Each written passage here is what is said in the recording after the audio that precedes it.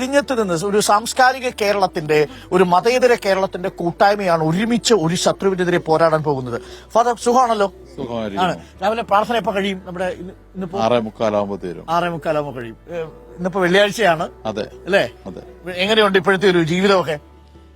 ജീവിതമൊക്കെ സാമാന്യം കുഴപ്പമില്ലാതെ പോകുന്നു. ലഹളക്കെതിരെയുള്ള പ്രത്യേകിച്ച് നിങ്ങളുടെ റിപ്പോർട്ടർ ചാനലിന്റെ സേവനം വളരെ പ്രധാനമാണ്. ജനശ്രദ്ധ ആകർഷിക്കുന്നുണ്ട്.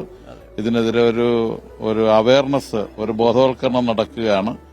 അപ്പൊ അതുമായി ബന്ധപ്പെട്ട് നോക്കുമ്പോൾ ഇതിന് ലഹള എന്തുകൊണ്ടുണ്ടാകുന്നു എന്ന് ചോദിച്ചാൽ അതിനുമായിട്ട് ബന്ധപ്പെട്ട പല കാരണങ്ങളുണ്ടാകും. ഒന്നെനിക്ക് തോന്നുന്നത് തൊഴിലില്ലായ്മ ഒരു പ്രധാനപ്പെട്ട ഘടകമാണ്. രണ്ട്, ഒരു ആർഭാട ജീവിതം, എങ്ങനെയും പണം ഉണ്ടാക്കണം.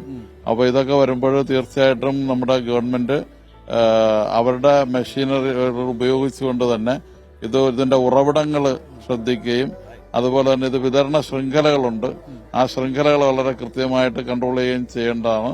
അവർ ശ്രമിക്കുന്നുണ്ട്, സംശയമില്ല. പക്ഷെ ഇങ്ങനെയുള്ള ഒരു അവസ്ഥ, ഇതൊരു മരണ സംസ്കാരത്തിലേക്ക് നമ്മുടെ കേരളം പൊയ്ക്കൊണ്ടിരിക്കും. ആ വാക്ക് വളരെ പ്രധാനപ്പെട്ടതാണ്. നമ്മുടെ ജീവിത സംസ്കാരത്തിൽ നിന്ന് മരണ സംസ്കാരത്തിലേക്ക് സാവധാനം നമ്മളെ തള്ളിവിട്ടുകൊണ്ടിരിക്കുന്ന സാമൂഹിക അർബുദമാണ്